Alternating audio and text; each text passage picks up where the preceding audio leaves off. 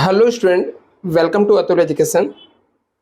तो फ्रेंड, इस वीडियो के अंदर हम लोग एचएससी बोर्ड एग्जाम से रिलेटेड मोस्ट इंपॉर्टेंट क्वेश्चन देखेंगे, जो कि क्लास 12th का ओसीएम सब्जेक्ट का मतलब organisation of commerce and management. तो स्टूडेंट, इस वीडियो के अंदर हम लोग एक एक चैप्टर वाइज देखेंगे कि लास्ट मंथ में आपको कौन कौन से क्वेश्चन रिविजन करना चाहिए, क्योंकि आपके पास अभी ज्यादा टाइम नहीं बचा हुआ है। 1 मंथ का टाइम है, तो 1 मंथ में आपको कौन कौन से क्वेश्चन रिविजन करने चाहिए, जिससे आपको सब पूरे के पूरे बोर्ड के पेपर आप अटेम्प्ट कर सकते हो। इस टाइप का मैं क्वेश्चन बताने वाला हूं। तो सेकंड थिंग स्टूडेंट, यहाँ पर मैं आपको चैप्टर वाइज बताऊंगा। हर एक चैप्टर में जितने भी टाइप्स के क्वेश्चन आपके एग्जाम में पूछे जाते हैं, हर एक टाइप्स के क्वेश्चन मैं हर एक चैप्टर का कवर करने वाला हूं। जैसे चैप्टर नंबर 1 की बात करें तो सबसे पहले यहाँ पर explain the following terms and concept पढ़ेंगे। उसके अंदर आपको पढ़ना है मोटिवेशनल स्टडी क्या होता है, दूसरा यहाँ पर मेंटल रिवैल्यूएशन क्या होता है, principle of spirit D crop क्या है। ये 3 आपको टर्म्स एंड कॉन्सेप्ट पढ़ना है। चैप्टर 1 के अंदर डिस्टिंग्विश बिटवीन आपका एक भी नहीं है, तो आपको स्टडी भी नहीं करना है।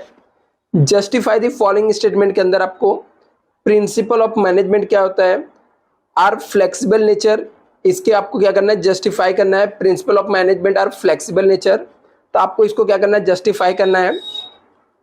Answer in brief and long answer आपको बताना है। Explain the principle of management क्या है, टेक्निक ऑफ साइंटिफिक मैनेजमेंट क्या है। तो ये 2 चीजें आपको यहाँ पर क्या करना है, ब्रीफ एंड लॉन्ग आंसर के अंदर आपको स्टडी करना है। यदि हम बात करें यहाँ पर function of management, second chapter है function of management. Function of management के अंदर सबसे फर्स्ट जो क्वेश्चन है वो है explain the following terms and concept क्या होता है। इसके अंदर मैनेजमेंट क्या है, ऑर्गेनाइजिंग क्या होता है, स्टाफिंग क्या होता है। 3 चीज आपको पढ़ना है। Explain the following terms and concept, इसके अंदर आपको पढ़ना है मैनेजमेंट क्या है, ऑर्गेनाइजिंग क्या है, स्टाफिंग क्या है। डिस्टिंग्विश बिटवीन के अंदर आपको डिस्टिंग्विश, इस चैप्टर के अंदर एक ही डिस्टिंग्विश है, लेकिन उसके अंदर कई सारे डिस्टिंग्विश बनता है। जैसे यहाँ पर planning, organising, staffing and directing, coordinating और कंट्रोलिंग, या प्लानिंग का स्टाफिंग के साथ। तो ये किसके साथ भी आपका यहाँ पर डिस्टिंग्विश आ सकता है। तो एक ही जो डिस्टिंग्विश दिया वो आपको स्टडी कर लेना है, उसमें से एक कंफर्म एग्जाम में आता ही है यहाँ पर।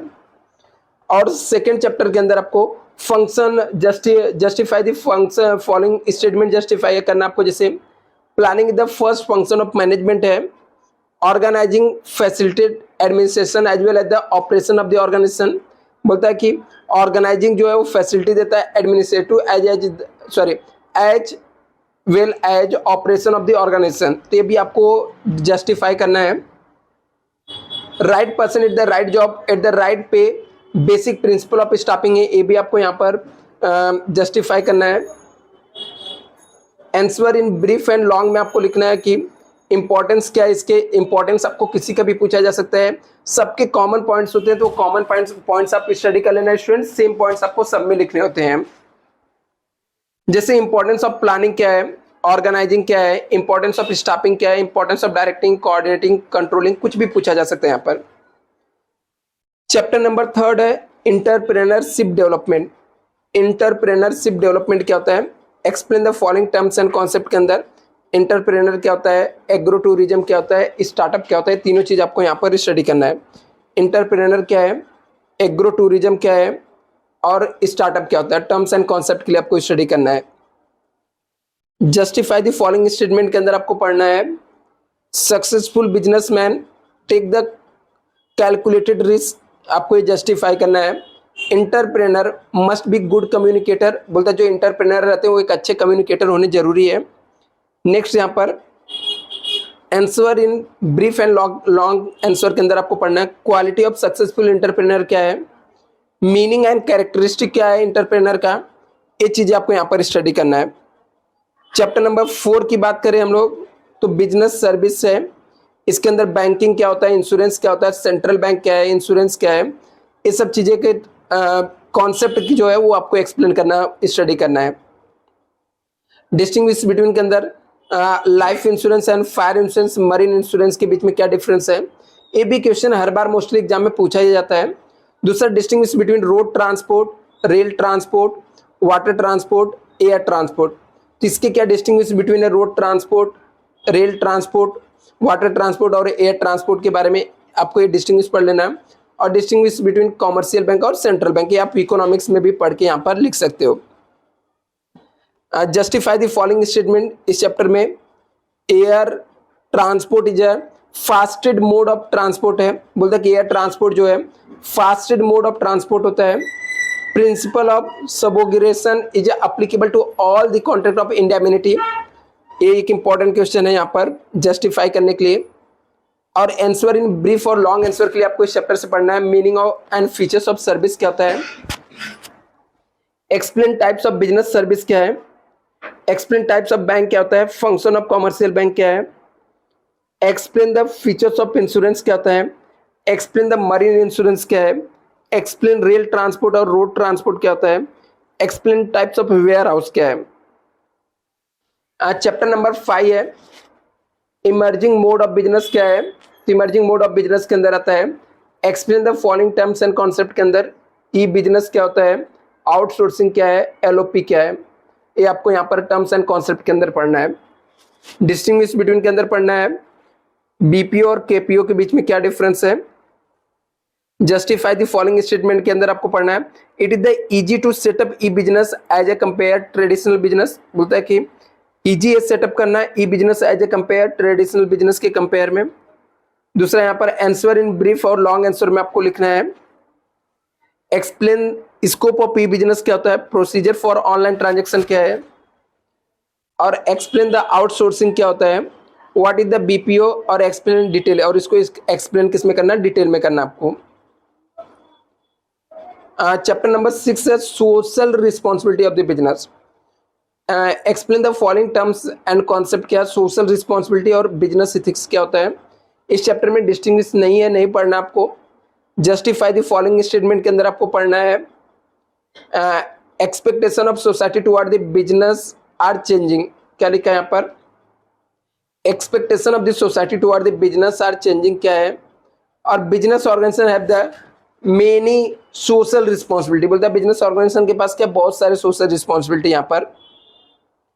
आंसर इन ब्रीफ और लॉन्ग आंसर में आपको देना है नीड ऑफ सोशल रिस्पॉन्सिबिलिटी क्यों जरूरी है, responsibility toward the investor, consumer, society और गवर्नमेंट क्या क्या है, और एक्सप्लेन द बिजनेस इथिक्स और फीचर्स क्या है इसके, explain the corporate social responsibility क्या है, ये भी आपको यहाँ पर स्टडी करना है।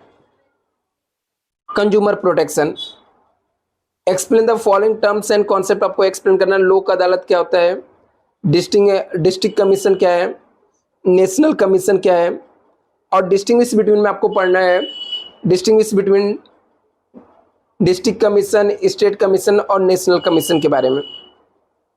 जस्टिफाई द फॉलोइंग स्टेटमेंट के अंदर आपको कौन कौन से क्वेश्चन देखने हैं, तो यहाँ पे देखना है the consumer protection act was pass in the interest of consumer, क्या लिखा है, कंज्यूमर प्रोटेक्शन एक्ट जो है पास हुआ है वो किसके इंटरेस्ट के लिए, कंज्यूमर के।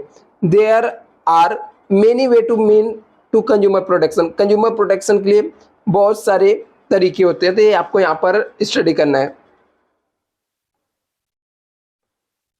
ब्रीफ एंड लॉन्ग आंसर के अंदर आपको जो पढ़ना है वो है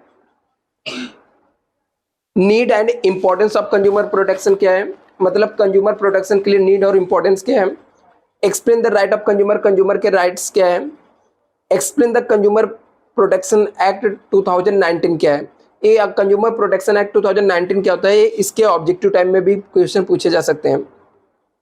लास्ट चैप्टर भी स्टूडेंट इंपॉर्टेंट है, चैप्टर का नाम है मार्केटिंग, और यहाँ पर पूछा गया explain the following terms and concept, place concept of market क्या होता है, प्रमोशन क्या होता है, मार्केटिंग क्या होता है, सेलिंग क्या होता है, मतलब आपको यहाँ पर इसके टर्म्स, जो टर्म्स 2-2 मार्क्स के लिए पूछे जाते हैं उसके लिए आपको स्टडी करना है।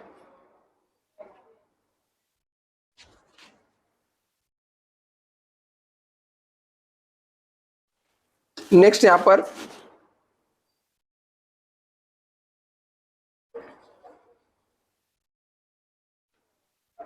डिस्टिंग्विश बिटवीन पढ़ना है, डिस्टिंग्विश बिटवीन आपको मार्केटिंग और सेलिंग के बीच में डिफरेंस क्या होता है।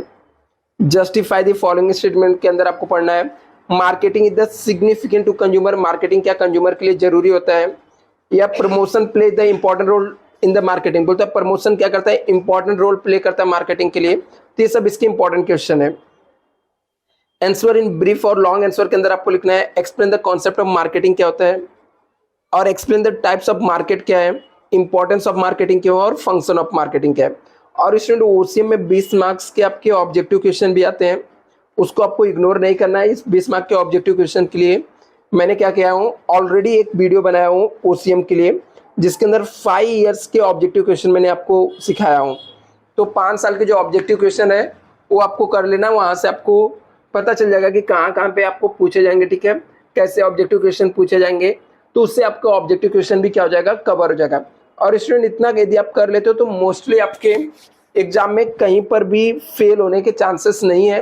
100% मोस्टली क्वेश्चन इसी टाइप के क्वेश्चन यहाँ से पूछे जाते हैं। और स्टूडेंट यदि आपको इसका ये पीडीएफ चाहिए तो आपको टेलीग्राम चैनल का आपको लिंक मिलेगा डिस्क्रिप्शन बॉक्स में, जाकर वहाँ से टेलीग्राम चैनल से इस पीडीएफ को आप लोग डाउनलोड कर सकते हो। स्टूडेंट मैं आपको टेलीग्राम चैनल पे इसको पीडीएफ को शेयर कर दूंगा। Thank you so much student, channel को सब्सक्राइब करके रखना, क्योंकि अदर भी जो सब्जेक्ट है उसके भी इंपॉर्टेंट क्वेश्चन मैं जल्दी अपलोड करने वाला हूँ। Thank you so much.